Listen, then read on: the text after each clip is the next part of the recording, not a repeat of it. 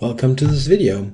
Yeah, this is a new episode of the Modern Classic series, which presents spectacular, interesting games from the last roughly 20 years, 25 years.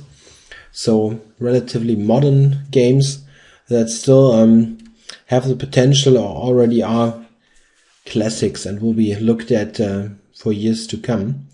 After three games that are already presented that are really very well known, I'll get to some game that is also not unknown, but it's not played by absolute top players where you recognize the names instantly. We had like Anand, Ivanchuk, and Yusupov, those top players like top 10 or similar or even world championship level. Those two players here involved in the game are kind of regular grandmasters. At the time when this game was played, the white player, Gregory Serper, was rated slightly below 2,600 ELO, and his opponent, Ioannis Nikolaidis from Greece, he was an IM at the time, international master with 2,440 rating. So it's not like we're looking at world championship candidates here, but they created an absolutely astonishing game that I always has been one of my favorite games because I think also because of the way I met this game, so to say. It was played in 1993, so almost 20 years ago, which is distinctly pre-internet era, so we didn't have any way of getting chess information back then besides magazines, and this game was featured in a German chess magazine that I got, and it didn't have any annotations, or even I don't think it even had a picture, a diagram of the game. So I looked at this and I wasn't really expecting what to see, and if you look at the game, you see that you're really astonished about what happened in the game, and especially if you don't expect that something special is going to happen. So let's see what happens. Serper opened one c4, and with some move order we arrive at a regular King's Indian. Here white of course has a huge choice of lines. Here Serper played knight to e2, which is one of the less common lines against King's Indian. Still, it's quite interesting. The idea is to get the knight to g3 and therefore fortify the e4 point. The knight on g3, on the other hand, is not exactly a dream piece in relation to this pawn on g6, as those natural squares are blocked. But it's an interesting way to play, and it has some distinct ideas. We'll see what happens. Black played knight bd7. He delays castling.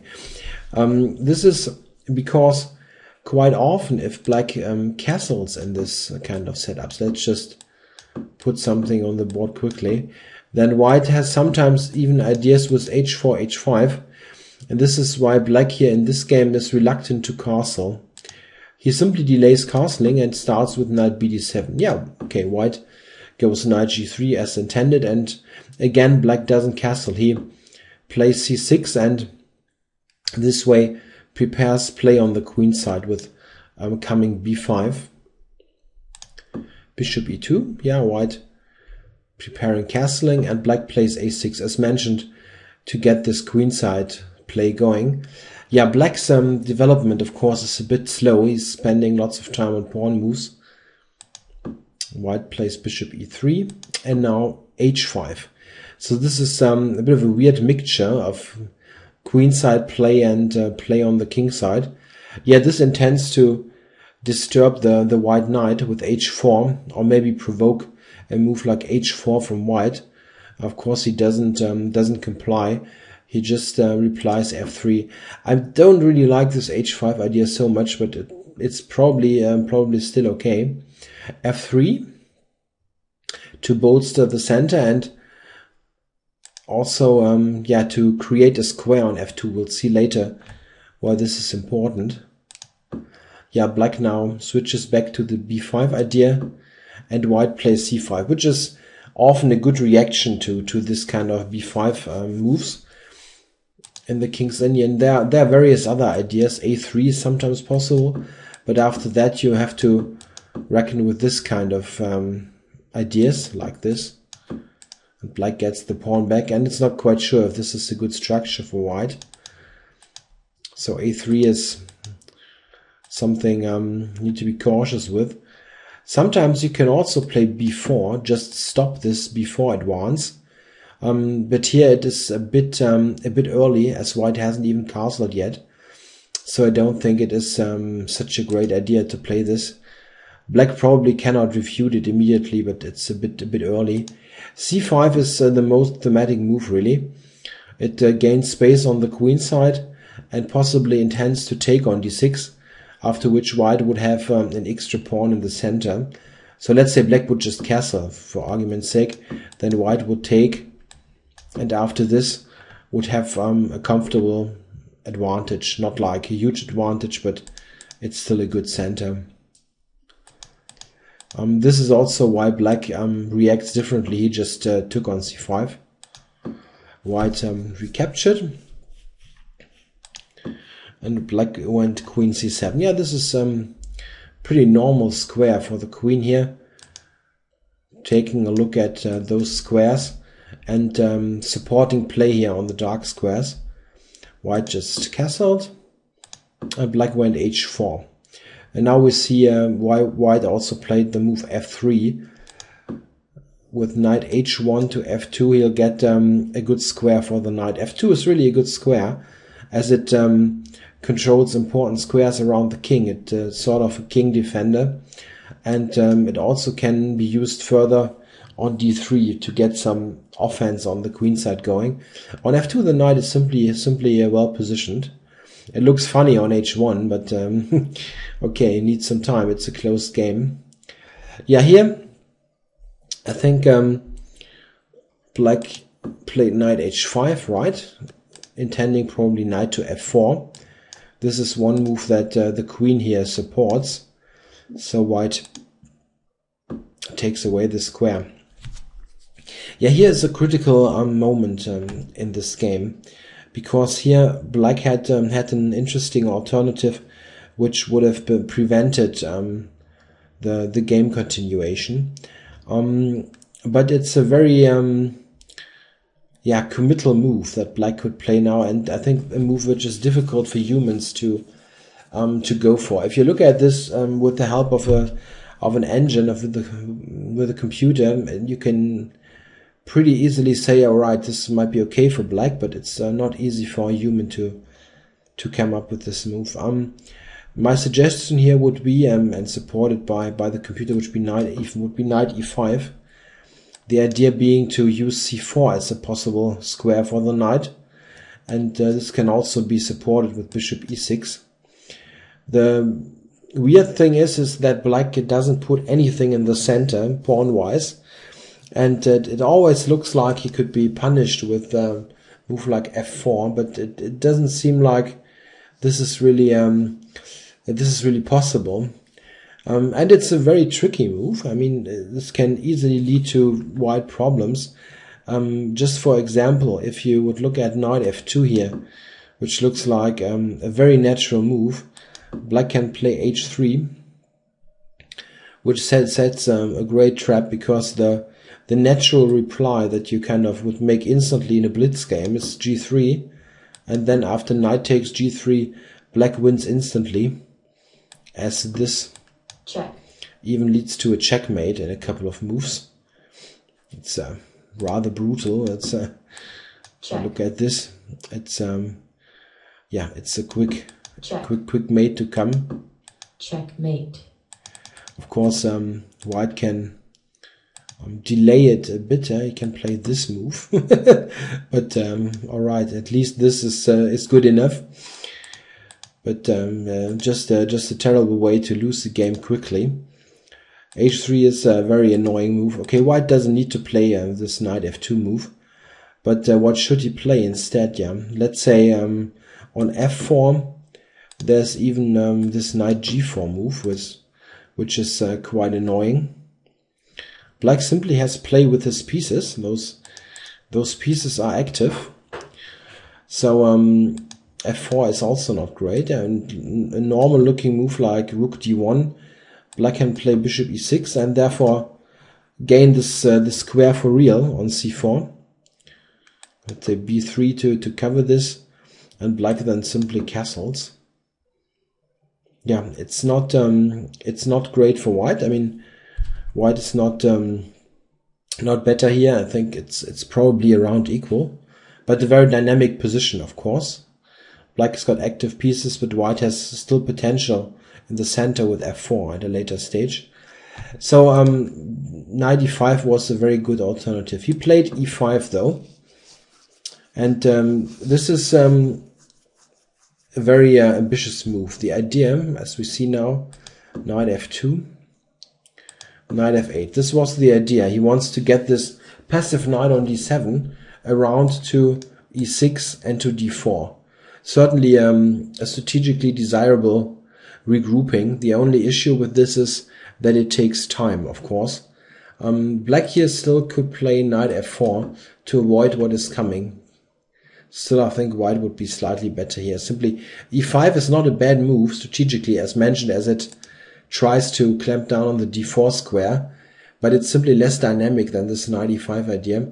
White should be slightly better here with play on the queen side with b4 and of course a4 finally, attacking this pawn. Yeah, I think White should be slightly better, but it's nothing special really. Knight f8, however, is risky, and White has a very forceful continuation now, which interestingly enough is immediately spotted by the computer. a4, b4, and knight d5 is the instant reaction of Houdini, which I wasn't so sure about before I checked it really, but it immediately recognizes that White gets a strong play here. Yeah, why is this move so strong? And it's also a fairly typical move. First of all, Black needs to take it. We can simply put it on the board. It's clear that Black cannot move the queen here. Where would it go? You would go to b6 or simply take the pawn if everything else fails. So takes, and of course the pawn retakes. Yeah, this kind of position, this is a very strong compensation for White, and this is because, first of all, those two pawns are obviously very strong and will advance quickly. It's all happening near Black's king, which is very important. If Black, let's say, you would switch the king and the rook, yeah, like a magic castling here, king on h8, rook on e8, probably this isn't so great for White. I mean, with even that, it's still not completely clear, I would say. But here, the bad king position is a really interesting, really decisive factor. Yeah, and of course, White has another very strong idea. This is knight e4 to d6. This is hanging also. As mentioned, the king position is a factor, but very often, if White would get a second pawn, let's say b4, and manages to play even b4 later, then those two pawns would be enough on their own to provide compensation. It's now very difficult for Black to defend. He played f5, which is probably the toughest defense. I also looked a bit at knight f6 here. Simply, you need to control e4. Knight e4 you cannot allow unpunished. And here White has more than one interesting continuation. One good move is probably knight e4 even, just threatening this, and Black would probably take it. Yeah, now you have strengthened your pawn center here. It's all beautifully supported. Those pawns will not fall quickly. And White has a very simple attacking idea, which is bishop c4 and d6, getting on f7. And the other idea, of course, simply is to push the pawns, c6 and d6. Note that if a pawn would appear on c6, this knight is basically dead. It cannot move anywhere. Okay, to h7, but where do you go after you went to h7? So white has a very strong compensation here. We can continue this line for a bit, and let's say black inserts this one to get a pawn near white's king, g3, and then trying to regroup the knight. Let's say knight h7 as mentioned, then d6, queen c6, and bishop c4. And yeah, this is too much. It's also threatening bishop d5, picking up the rook. So black is pretty much forced to go with this, after which white can even yeah, transpose into this kind of ending now. Check. And this is probably a relatively easy tactical task for white to win with the pawn and the pawn on c5 and black's precarious king position. White is clearly better, probably winning.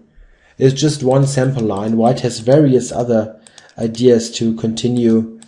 For example, instead of d6, there's also this move which isn't entirely clear. Just intending d6, even allowing castle. It's not clear if this is probably even stronger. So white has a very strong compensation. He went for f5 though, which is quite natural, just blocking e4 really yeah, mechanically for this knight. But white just continued with d6, gaining a tempo on the queen, and yeah, now the queen has two principled squares. It went to c6 in the game. I also had a look at queen a5, protecting the b4 pawn and asking white, okay, how do you continue now? I'm just going away from those pawns. Yeah, in fact, white has again more than one good continuation. It's in fact a problem here to choose which one you really want to play. I give you one sample line, which is bishop c4. The idea being to play queen d5, going on f7. And this could continue f4, queen d5, threatening this very terrible check, and then checkmate on e7. So queen here and queen e7 mate. Okay, and the rook is hanging, so rook a7 and bishop d2. And yeah, here black barely can move. One possible idea is this. Check. And queen b6. Quite a funny transformation of the position, but if you look at this just briefly, it simply leads to a disastrous position for black. Maybe you can continue fighting here, but it's very, very tough. White has got oops, knight e4 coming, bishop to b4, just getting this pawn, and yeah, probably black would need to just drop the e-pawn, activating the PCM, something like this, for example. And yeah, I don't want to continue this line even further. It's already close to 10 moves deep. b7 probably, a6 will be falling. It's very strong. These pawns are just a great compensation. In the game, he went to c6. And if you look at this position, first you're not quite sure probably how to continue here. It's still fairly closed, and black has protected those squares, so d7 check leads to nothing. But in fact, white has another very effective blow, which you really should yeah, take notice of here, because this is a fairly common idea. Of course, it's rather unusual to have those pawns here, but the general idea happens quite often. White now played bishop b5, which is very, very strong, sacrificing yet another piece. And the idea is, after a takes b5, what else? Just recapture, and then you've got a sort of double attack, attacking the queen, and the rook on a1 attacks the rook on e8. And then this is a fairly common maneuver that you have played a4 or a5 as black, and then have this bishop b5 move, setting up this this kind of double attack after it is taken. Yeah, and what should black do now? He needs to protect the rook, yeah, you would think. So what move? Probably queen b7. He didn't play this, he didn't play queen b7. But let's see what would happen. Just c6, yeah, and it's an absolute steamroller. What what else? Queen b8, covering the rook, and then white can simply play b6, and you've got an absolutely marvelous picture here with the 3 pawns on b6, c6, and d6, which simply will yeah, crush black. It's no way to defend this position. Just a very nice looking setup here. Yeah, black therefore cannot really protect the rook, so he decided at the end to capture on b5 and give up the a8 rook. So white just took it, and yeah, looking at this now, you see that from a material point of view, white is actually doing quite okay. He won back 1 rook here, and he's got 6 pawns against 5 pawns. So just from a material point of view, it's not a big problem for white at all. He doesn't really yeah, have something sacrificed. But materially is not the main thing here. The problem is this now. How do you protect the bishop even? And yeah, black went for queen c6, which is the relatively best move. If you would protect the bishop with queen b7, this move is super strong. Rook a7 coming with tempo. Just compare with the game. In the game he went to c6 and rook a1, and here rook a6 isn't such a big threat, but with the queen on b7, rook a7 is just deadly. Yeah, so we had this position in the game, and yeah, black went and played f4, which I think is the best try. f4 simply traps this bishop, and it's just along the philosophy that well, if you're under huge attack, you should grab every material that comes your way, unless you think that it loses by force, of course. But if you don't see a force loss, then you should simply take everything. I think this is often a good attitude. Of course, if you see a way to return the material and get rid of the opponent's attack, this is also a good option. But yeah, I'd rather get attacked with an extra rook than yeah, without having any extra material. So he went f4. In fact, he didn't have a big alternative. If you would look at, let's say, knight d7, white just enforces the just reinforces here with knight d3 and take on b4. These pawns are just deadly strong. It's no way that black can keep this together. Well, he played f4 as mentioned, and yeah, how does white continue? He just played rook 1 to a7, getting on the 7th and installing 2 very strong rooks here. Don't see that too often, even after 24 moves. So rook e7 is a possible idea, and this is just one idea. Of course, also there's another very tough motif here for black. What would happen if black takes the pawn? He didn't do that, but of course you need to look at this. Maybe this is a good point where you can pause the video and try to find the move now for yourself. Alright, I'm going to show it now. White now has the very strong point, queen to d5. Just a beautiful move. Yeah, black can grab the knight. And now can try to find a move to avoid immediate checkmate, and you won't succeed. Really, queen takes d5, of course. Just a second. Queen takes d5. Checkmate. It's rather simple and a nice mate with the 2 rooks. But the thing is, what should black do? White is just threatening to take the queen. You have no way to cover it. And of course you're threatening other stuff, queen f7 to e7 for example. Black simply has no move. He will get mated, lose the queen, or probably everything. Yeah, everything at the same time. So queen d5 is just the killing move. And also the killing, yeah, probably killing threat here.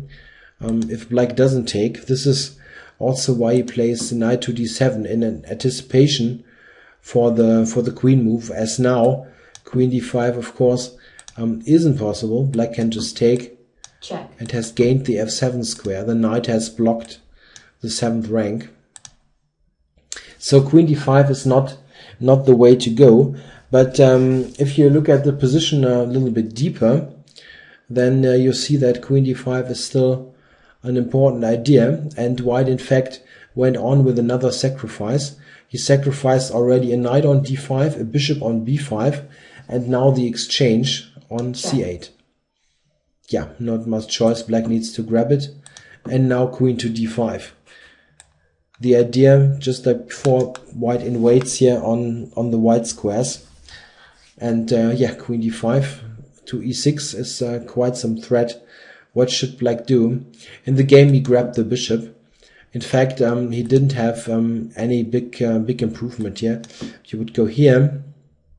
Check. White would simply give a check. And then play the strong move knight to e4 with the idea to involve the knight in the attack. And yeah, black has no way to defend this. Just an example.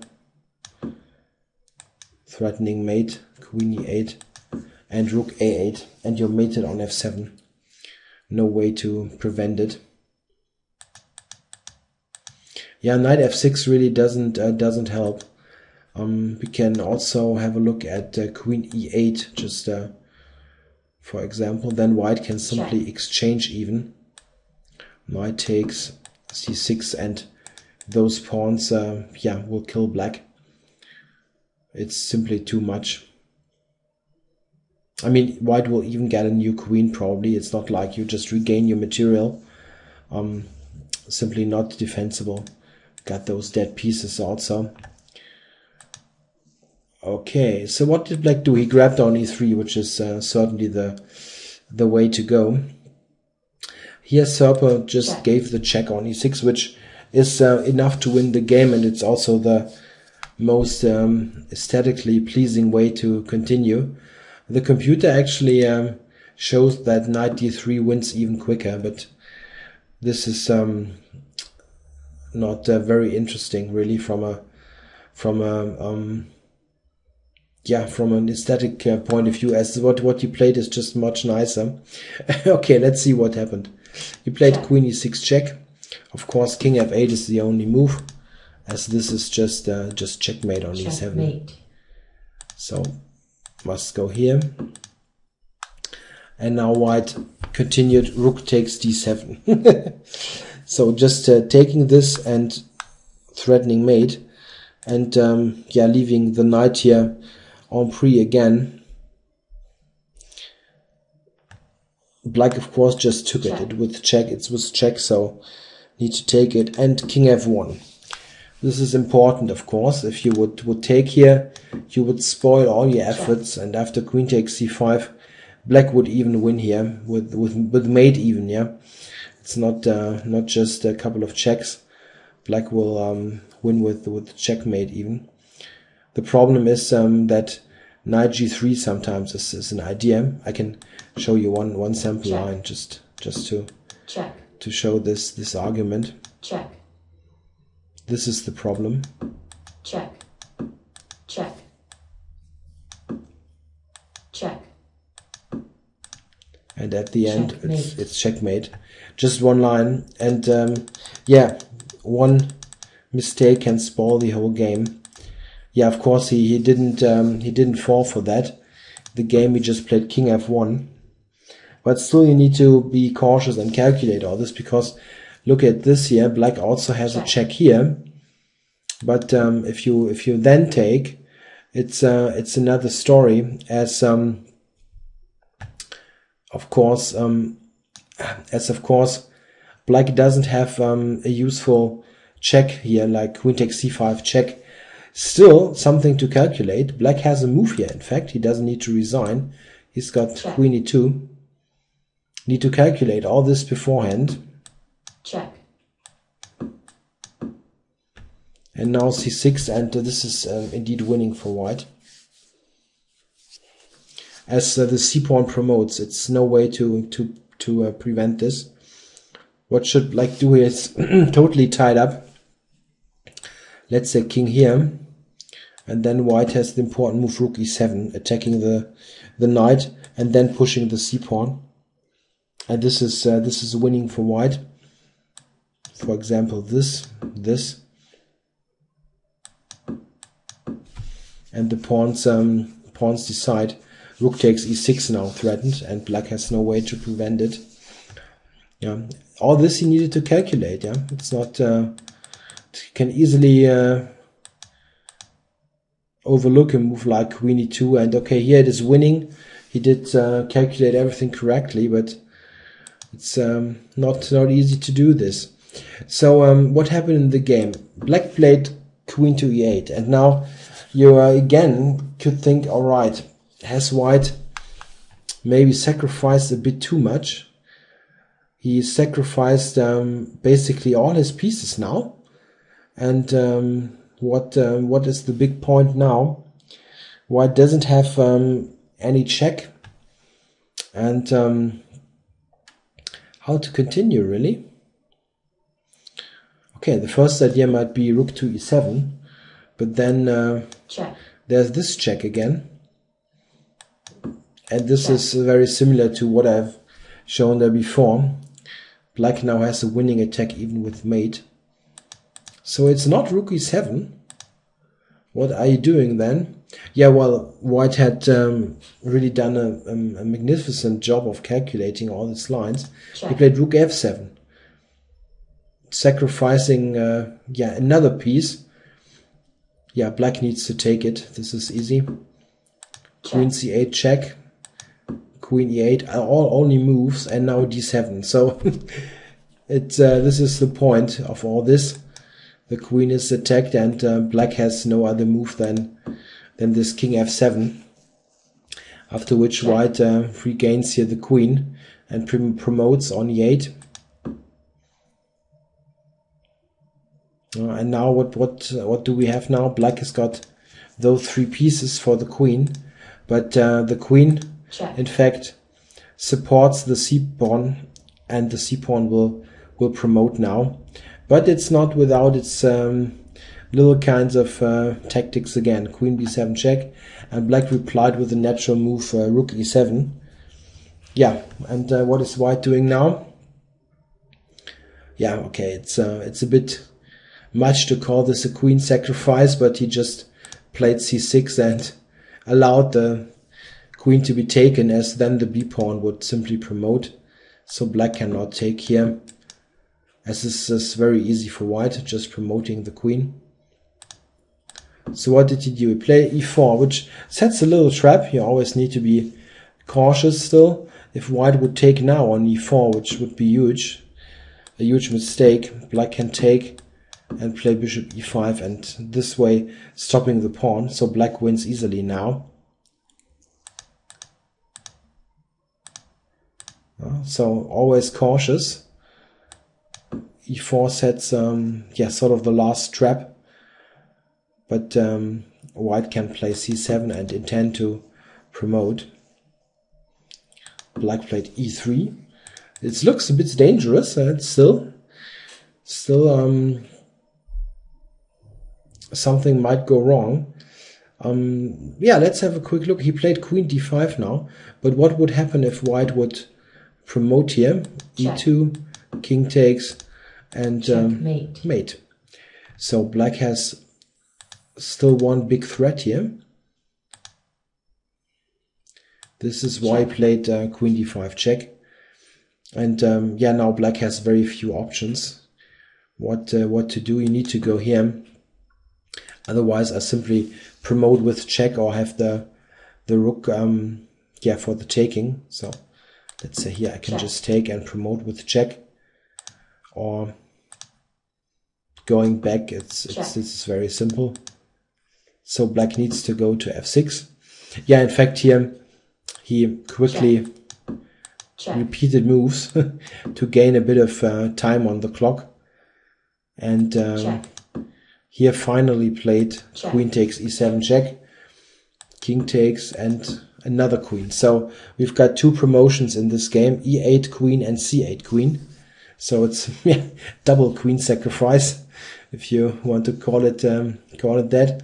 So white has got another queen, and now it's against just two pieces and those pawns. And okay, you need to be just a little bit cautious here, that you don't allow some very silly trick with the pawns. Black played bishop h6 now, protecting this, and white went with a check. Check. Yeah, this was to get to this g6 pawn. Check. And e2, the last trick, yeah. just not take here because of this fork. White of course needs to take here. Check. And again, be cautious. Not on e2, but king e1. And after king e1, yeah, black resigned the game, as he has no way to continue really. If you want to keep your pawn, you need to play this. Check. And for example, after the check, g3, this pawn will fall next move, and yeah, black will simply lose against the queen. So this is really a kind of a fireworks game where white sacrificed so much material. We can just go briefly to this. It started with this knight sacrifice. Then he gave away a bishop, so two minor pieces. Okay, he regained the rook, letting the bishop hang on e3 after f4. Oops, after f4. Rook to a7. Check. Exchange sack. Sacking the bishop also. Check. The knight also got sacrificed. And now the rook. So he basically sacked all his pieces to at the end promote two pawns. The c pawn, the e pawn here on e8, and now the second pawn needs to be promoted. Okay. And you've got yet another queen. So we had three queens in this game for white. Yeah, very spectacular game, which I really liked, and I know I was totally stunned by this, as I looked at this years ago in this chess magazine, which didn't really tell me beforehand that I'm about to witness such fireworks in a game. So yeah, I hope you enjoyed this, and I'll continue this series, of course, with new episodes, just like, let's say, roughly every 2 weeks. And also just like I find that it's about time that I need to make videos at the moment, as I'm in the process of moving to a new apartment, and this is really time consuming. So doing painting walls and and doing carpets on the floor and so on. It's quite some work. So it will be a little bit less of chess videos in the next 2, 3, 4 weeks. I'm still trying to keep frequent updates, but it possibly won't it's probably won't be a daily videos next couple of weeks. All right, thanks for watching, and I hope to be back soon with new videos.